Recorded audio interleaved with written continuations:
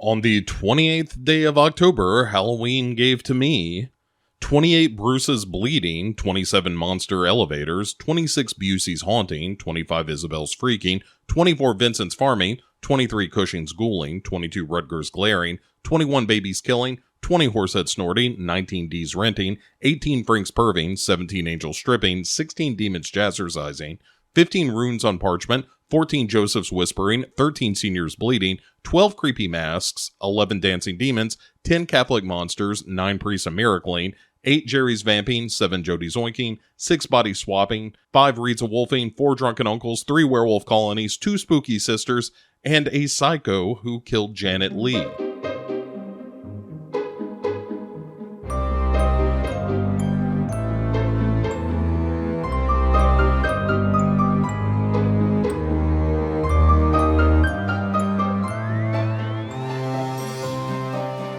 Hey everyone, welcome to another edition of the 31 Days of Halloween. We are right down to the wire with day 28, and as we get closer and closer to the final day, I am really wallowing in movies that I dearly love.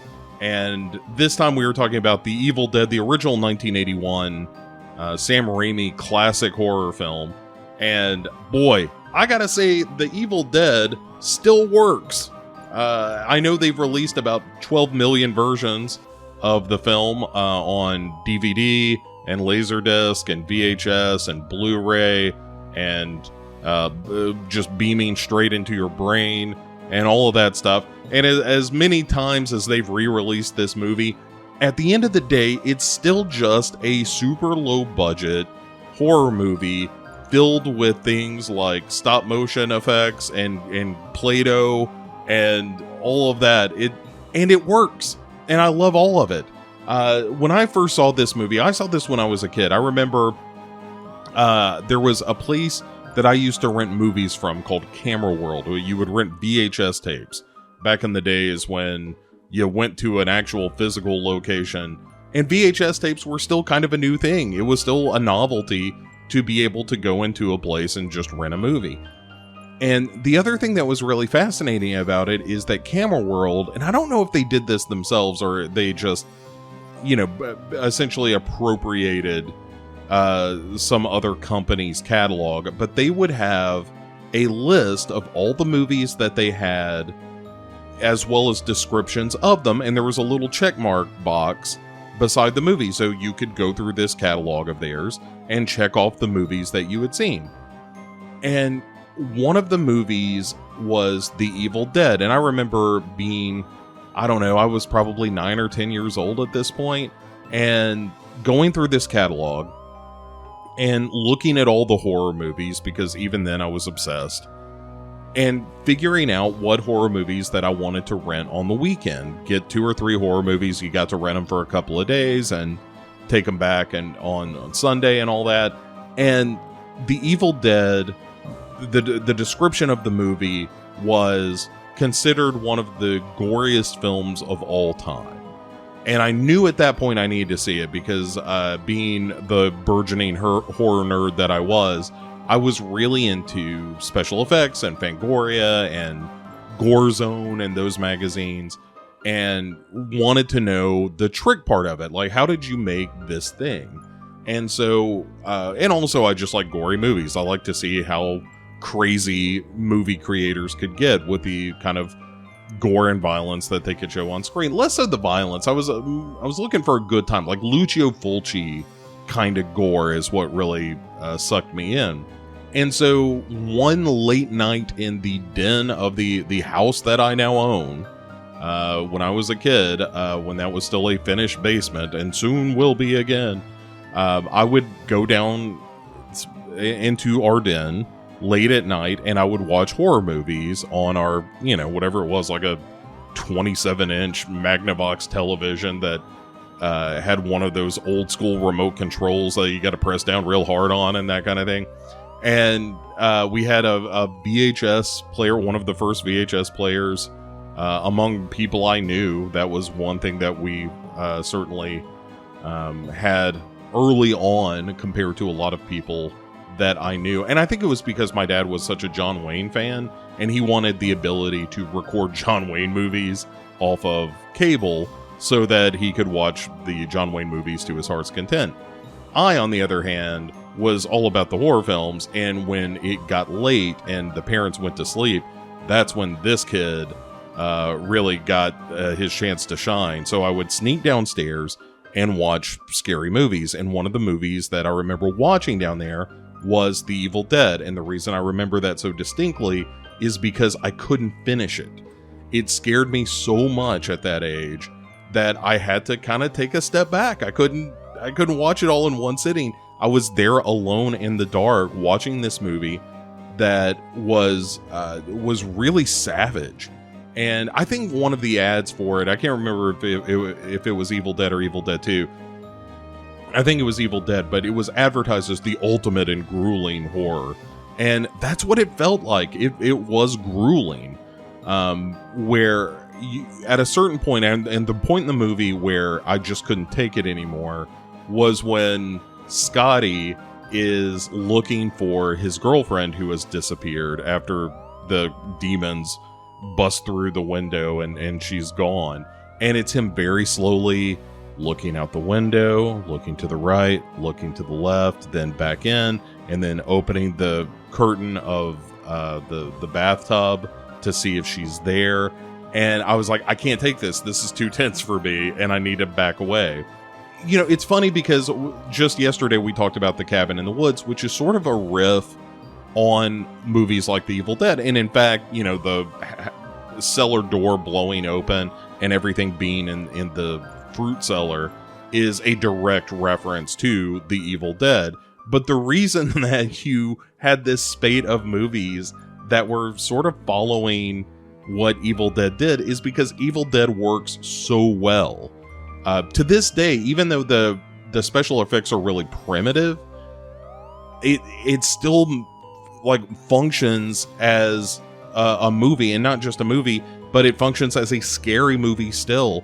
And perhaps it's part of that is nostalgia, but I still think it works. When I was watching it again for this little discussion, I was thinking like, this still makes me kind of grip the edge of my seat, and it still makes me squirm a little bit, and I still find it uncomfortable, even though, you know, I know that ahead of this are stop motion veins spreading on a leg and you know, Play-Doh monsters.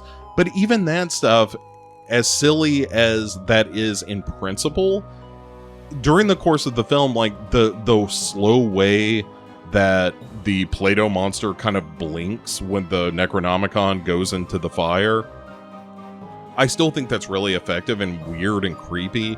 The monster in the cellar is still scary to me. And honestly, it's Bruce Campbell's girlfriend in the movie. And again, just to briefly summarize the goings on, if you've never seen the original Evil Dead, then shame on you. It is an absolute required film. Even from 1981, it 40 years old, this movie still packs a punch. But yeah, it's just a bunch of kids who rent a cabin in Tennessee. The original cabin was in East Tennessee, not far from where I live, even though it has now completely disappeared. It's just been picked apart by people trying to get souvenirs.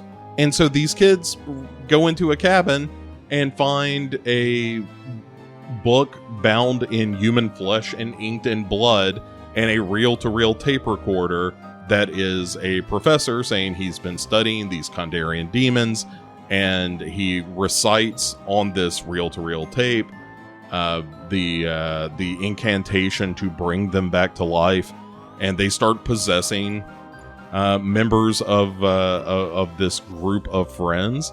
It seems to spread based on violence, based on injury. Like the first person to get it is Ash's sister, who, you know, the infamous tree rape scene. She's assaulted in the woods by these trees, and then everyone that she injures and is injured by another of these possessed creatures tends to get possessed as well. And so that's kind of a creepy idea to begin with. You know, there's an idea about the destruction of the flesh being horrifying, and I think this is a great example of that. But what makes The Evil Dead work where a lot of low-budget films don't is that you're dealing with creators who have an abundance of creativity and really want to make something work. They're not just trying to make a buck on a horror movie. And, I mean, maybe that was the impulse, but it's hard to believe that that's the case when there's all these, like, crazy over-the-head shots. And, you know, very famously, the Evil Dead point-of-view camera comes from them just strapping their, what was a 16mm, 8mm camera to a board and running with it.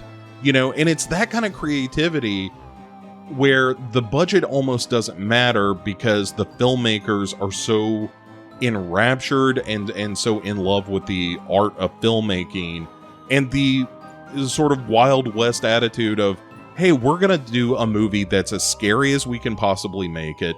Even though it's low budget, we're gonna get the best actors that we can. And I think the acting, for the most part, I mean, some of it's better than others, but it's still head and shoulders above most acting that you see in low budget films today.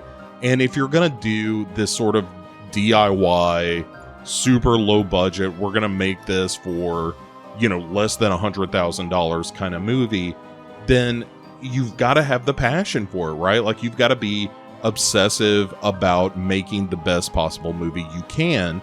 And I think that's where some of the DIY stuff that I see these days, particularly in the found footage market, but elsewhere also, feels a little cynical.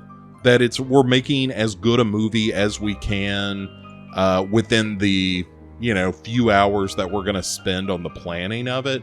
Where this feels like, you know, that Raimi and Bruce Campbell and the other actors were just game for it, that they wanted to do something that was special. And even though it doesn't totally hold up in you know, terms of special effects and modern standards and all that for big budget films, it's way better than most DIY films. And I think that you could still do an Evil Dead today, and especially because the camera equipment is so much less expensive, you could do an Evil Dead for less money today than it cost to do the original Evil Dead. You just have to have the talent and the creativity and the inspiration to do it.